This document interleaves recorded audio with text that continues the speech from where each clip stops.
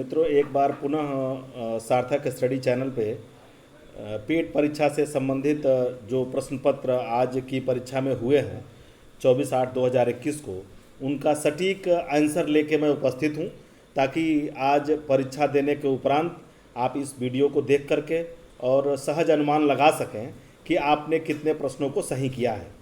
थोड़ा सा विलम्ब मुझसे ज़रूर हुआ है, लेकिन फिर भी मेरा प्रयास था कि सटीक आंसर और सही आंसर आप तक पहुँचे और आप अपने प्रश्न पत्रों का मिलान कर सकें। काफ़ी प्रश्न ऐसे होंगे जो अभी आपको याद होंगे, चूँकि तुरंत का है, जो आंसर बुकलेट तो मिली नहीं है, तो ऐसी वो बुकलेट तो मिली नहीं है प्रश्न पत्रों वाली, तो जब टाइम ज़्यादा हो जाएगा तो फिर उस समय याद करना कठिन होगा कि हम किस प्रश्न का कौन सा विकल्प लगाए हैं।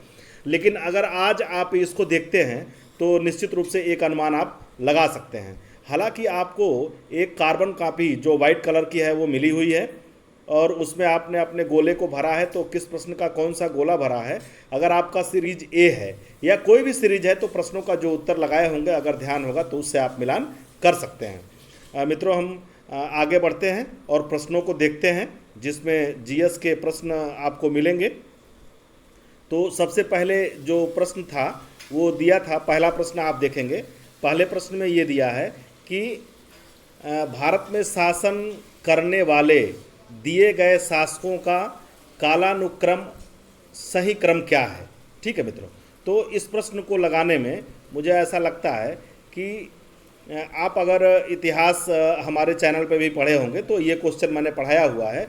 आप देखेंगे सबसे पहले सल्तनत कालीन शासक आपको मिलेगा इल्तुतमिश के बाद आपको अलाउद्दीन खिलजी मिलेंगे और अलाउद्दीन खिलजी के बाद शेर शाह सूरी आता है, क्योंकि ये युद्ध करता है हुमायूं से, और फिर तब अकबर आता है। यानी इस प्रश्न का जो सही उत्तर हो जाएगा वो हो जाएगा 4 3 1 2। तो हम देखेंगे विकल्पों में कि 4 3 1 2 कहाँ हमको मिलता है, तो ये विकल्प बी इसका सही आंसर है। मित्रों, आप इसको देख करके और अपने प्रश्न के मिलान को याद कर सकते हैं और मिला सकते हैं, देख सकते हैं कि आपका प्रश्न सही है या नहीं है। सेकंड क्वेश्चन देखते हैं, संत शिवाजी के समकालीन थे, तो कौन थे शिवाजी के समकालीन, तो इस प्रश्न का उत्तर हो जाएगा ए तुकाराम। थर्ड क्वेश्चन देखते हैं, बंगाल के प्रथम गवर्नर जनरल कौन थे, तो इस प्रश्न का उत्तर हो जाएगा बी लॉर्ड वारेन हेस्टिंग्स। इसके बाद से नेक्स्ट क्वेश्चन देखते हैं।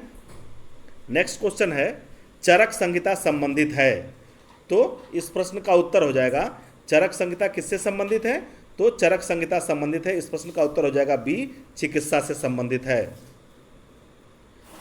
नेक्स्ट पांचवा क्वेश्चन देखते हैं, बहुत ही शानदार क्वेश्चन है ये, और लगभग जो भी चीज़ें इसमें जो भी घटनाएं पूछी गई हैं बहुत ही महत्वपूर्ण घटनाएं हैं।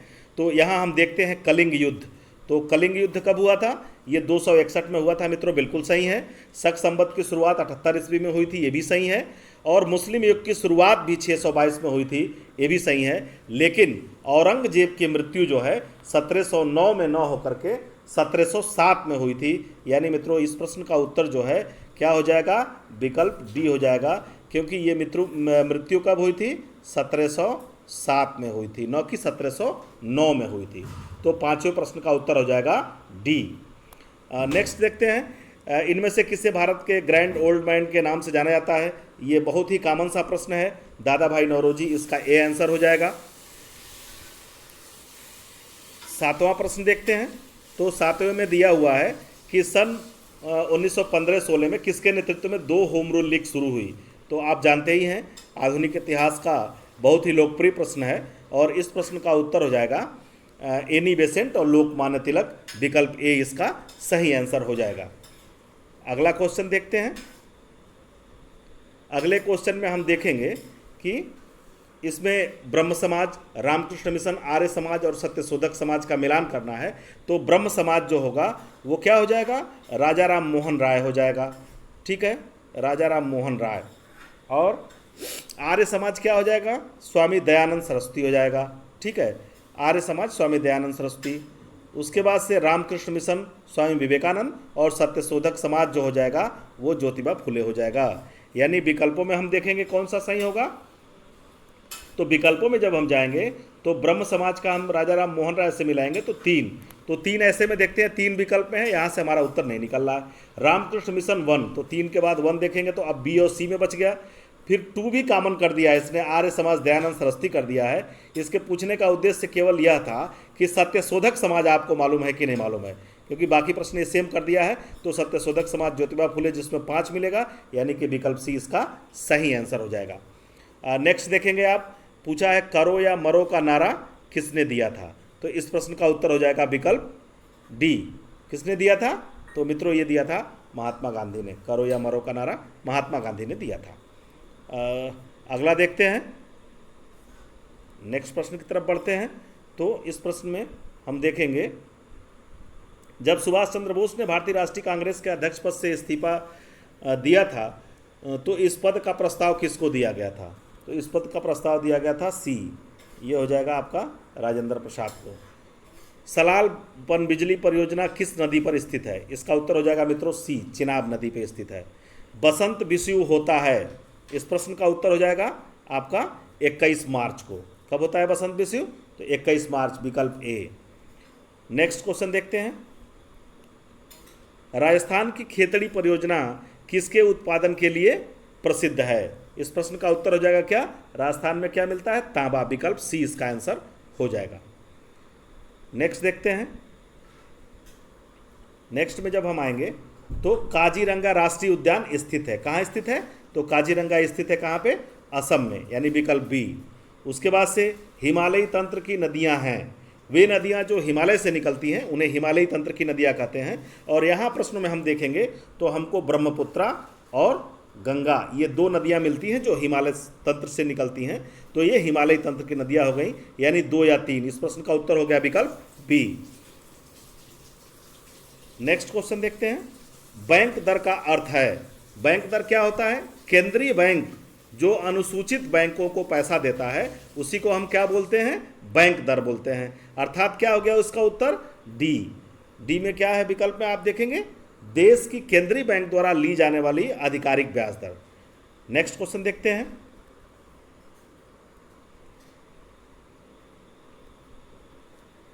नेक्स्ट क्वेश्चन में हम देखेंगे कि यदि आरबीआई नकद कोषानुपात को घटा दे तो साख अर्जन पे क्या असर होगा। यदि आरबीआई नकद कोषानुपात, सभी बैंकों के नकद कोषानुपात वहाँ रखे रहते हैं, तो आरबीआई जब नकद कोषानुपात ऐसी स्थिति में घटाती है जब उसको मार्केट को नियंत्रित करना होता है या नकदी को नियंत्रित करना होता है, तो क्या होता है उस समय, साख अर्जन क्या होगा, घट जाएगा। नेक्स्ट देखते हैं हम, नेक्स्ट क्वेश्चन में है, इनमें से किस प्रकार की अर्थव्यवस्था में संसाधनों पर निजी अधिकार होते हैं और आर्थिक गतिविधियों का मुख्य उद्देश्य लाभ अर्जित करना होता है, तो ये जो होता है ये पूंजीवादी अर्थव्यवस्था होती है, इसमें ऐसा होता है। 100 रुपये का नोट किसके द्वारा हस्ताक्षरित होता है, मित्रों बिल्कुल कंफ्यूज नहीं होना है, 100 रुपये के नोट पे आरबीआई का गवर्नर ही हस्ताक्षर करता है, विकल्प ए इसका सही आंसर है। नेक्स्ट देखते हैं, नेक्स्ट में हम आएंगे तो फेमा का पूर्ण रूप क्या है, तो आप इसमें देखेंगे फेमा का पूर्ण रूप में आप इसमें देखेंगे ये फॉरेन एक्सचेंज मैनेजमेंट एक्ट, यानी बी इसका सही हो जाएगा। भारत के संविधान में जन स्वास्थ्य एवं स्वच्छता किसमें शामिल है, तो मित्रों बिना कंफ्यूज हुए आप समझिए इसको, ये राज्य सूची का विषय है। नेक्स्ट देखते हैं हम, तो नेक्स्ट में देखते हैं भारत में पंचायती राज व्यवस्था इसके अंतर्गत रखी गई, तो बिल्कुल आसान सा प्रश्न है। और पंचायती राज व्यवस्था जो है राज्य के नीति निर्देशक तत्वों के अंतर्गत रखी गई है। अनुच्छेद 40 में, सेकंड मीटिंग में ये भी प्रश्न आया था कि किस अनुच्छेद के तहत है, तो अनुच्छेद 40 है और वो राज्य के नीति निर्देशक तत्वों के अंतर्गत आता है। नेक्स्ट मित्रों देखेंगे प्रश्न हम, तो नेक्स्ट में हम देखते हैं कि शिक्षा का अधिकार एक मौलिक अधिकार है जो संबंधित है, इसका उत्तर हो जाएगा विकल्प ए, यानी अनुच्छेद 21A। निम्न में से किसने संविधान सभा में उद्देश्य प्रस्ताव रखा, इसका विकल्प ये होगा जवाहरलाल नेहरू। अगला देखते हैं, तो अगला है भारतीय संविधान के किस अनुच्छेद में अल्पसंख्यकों के हित निहित हैं, तो अल्पसंख्यकों से संबंधित अनुच्छेद कौन से हैं भारतीय संविधान में, तो ये होता है आपका 29 और 30, तो इसमें आपको 29 मिल रहा, अनुच्छेद 29।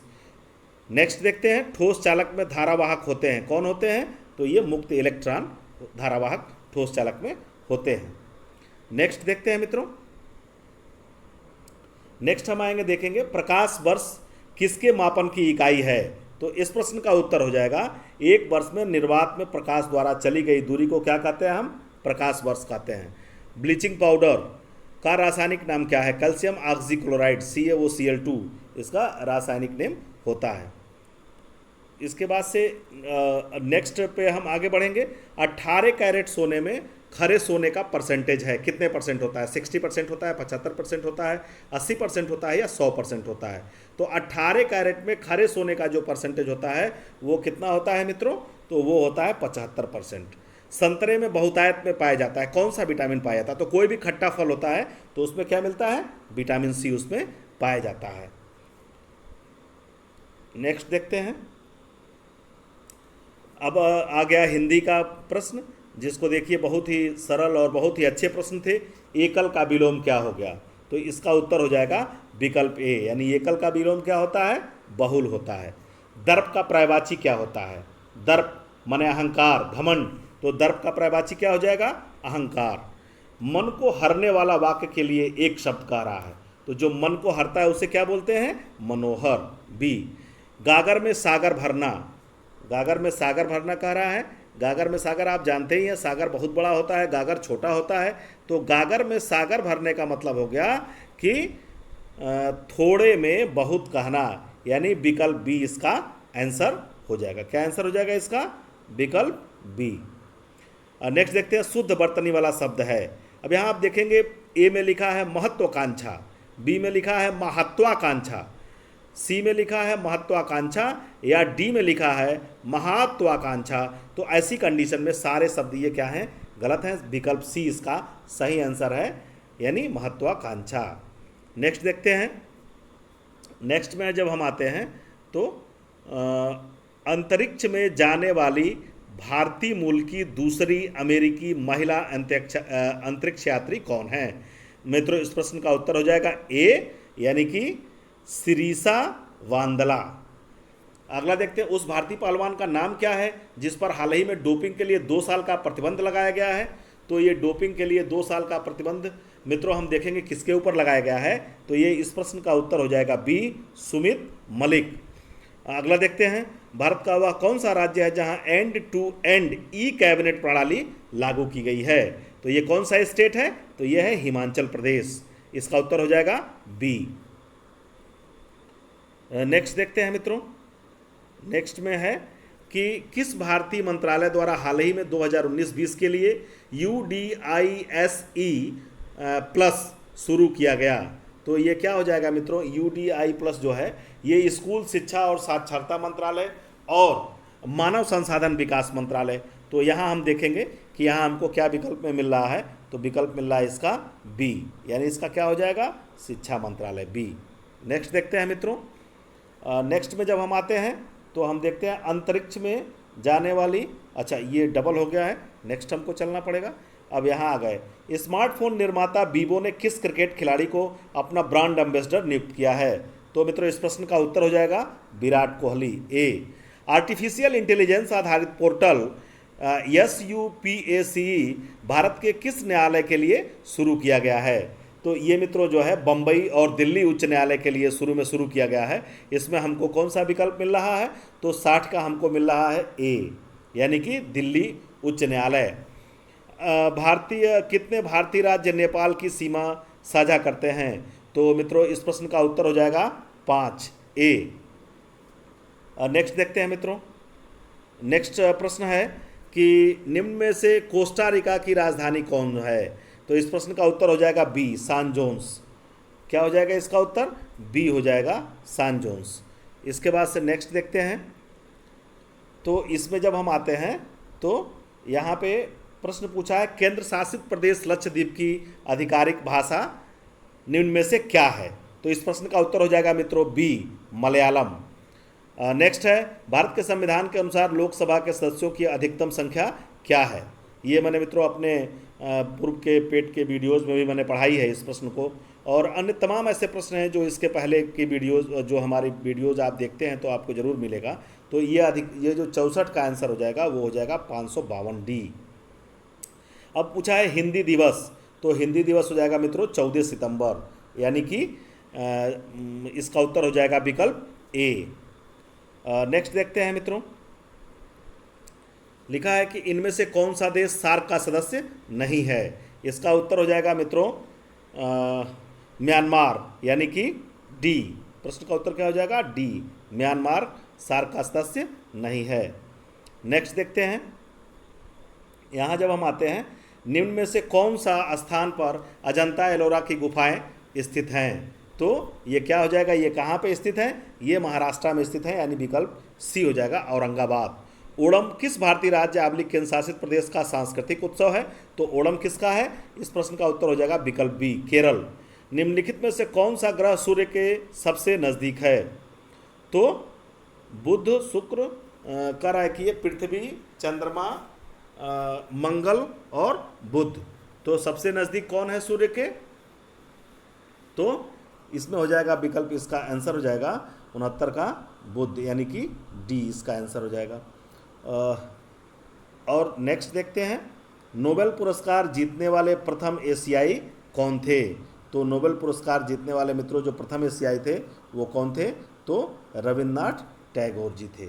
इस तरह से मित्रों जीएस के ये प्रश्न थे जो आज की पेट की परीक्षा में प्रथम पाली में और सीरीज ए में पूछे गए थे, जिनका सटीक आंसर है, जिससे आप अपने किए हुए प्रश्नों को मिला सकें और ये देख सकें कि कितना सही है। मित्रों, अगर हमारे चैनल को सब्सक्राइब नहीं किए हैं तो प्लीज़ लाइक, शेयर और सब्सक्राइब जरूर कीजिएगा। साथ ही साथ बेल के भी बटन को दबा दीजिएगा ताकि आने वाली कोई भी वीडियो आपको तत्काल मिले। बहुत बहुत धन्यवाद मित्रों, और इसी के साथ साथ बहुत बहुत शुभकामनाएं।